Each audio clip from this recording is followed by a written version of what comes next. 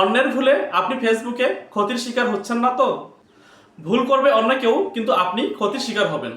এটা থেকে বাঁচার জন্য আপনাকে কি করতে হবে আসুন দেখে নিই। একটা গভীর সমস্যা দেখুন, আপনাকে কেউ আজে বাজে কিছু ট্যাগ করছে যা আপনি জানেনই না, যার জন্য আপনার পেজের সমস্যা হতে পারে, এমনকি মনিটাইজেশনও চলে যেতে পারে। সেক্ষেত্রে এই ট্যাগিং অবশ্যই আপনাকে দমন করতে হবে। এর জন্য যেটা করবেন, প্রথমেই আপনার ফেসবুকটা ওপেন করে নেবেন। উপরে বাম দিকে যে প্রোফাইল পিকচারটা দেখতে পাচ্ছেন, এর উপরে একটা ক্লিক করে দিবেন।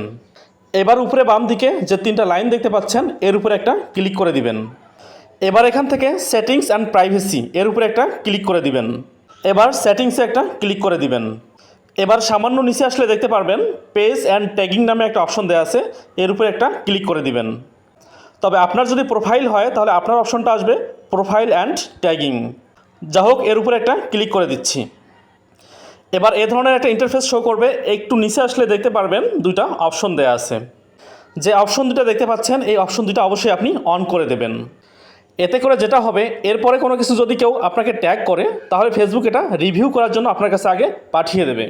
আপনি যদি এটাকে ভালো মনে করেন, অর্থাৎ গ্রহণ করেন, তাহলে এটাকে ওকে করে দিবেন। তাহলে এটা ফেসবুকে পাবলিশড হবে। আর আপনি যদি এটাকে অ্যালাউ না করেন, তাহলে এটা কখনোই ফেসবুক পাবলিশড করবে না।